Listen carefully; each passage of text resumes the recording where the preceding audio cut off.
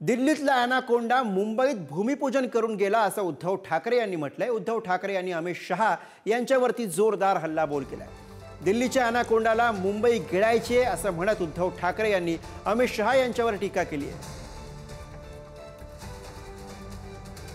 तर मुंबईतल्या निर्धार मेळाव्यामध्ये उद्धव ठाकरे यांनी अमित शहा यांच्यावर टीका केली। आपण पेंग्विन आणले त्याच्यामुळे लाखो पर्यटक तिकडे वाढले, नक्कीच मला त्याचा अभिमान आहे। आणि पेंग्विन आणल्यानंतर काही पेंग्विनच्या बुद्धीची आणि उंचीची माणसं आपल्याला टीका करते ते सोडून द्या,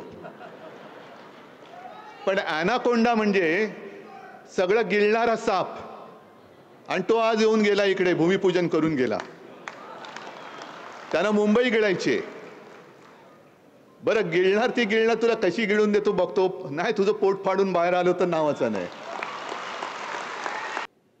मी हे तुम्हाला का सांगतोय की निवडणुकीच्या वेळेला सगळ्या गोष्टी सांगता नाही येणार तुम्हाला। प्रचार सुरू होईल, धूमधडाक्यात कधी आता निवडणूक येईल। एक तर पहिली गोष्ट अशी की या सगळ्या गोष्टी निवडणूक आयोगाला मी जाहीर सांगतो की या चुका सुधारवा, नाही तर निवडणूक होऊ द्यायची की नाही हे आम्हाला सगळ्यांना मिळून ठरवावं लागेल। सगळ्यांनी मिळून ठरवू, आम्ही काय वाटेल ते करायचं। म्हणजे भारतीय जनता पक्ष जगातला सगळ्यात मोठा पक्ष कसला? एक तर भारतीय जनता पक्ष म्हणजे स्वयंघोषित देशप्रेम्यांची ही बोगस टोळी आहे। उघडपणाने मी सांगतो, बोगस टोळी आहे ही।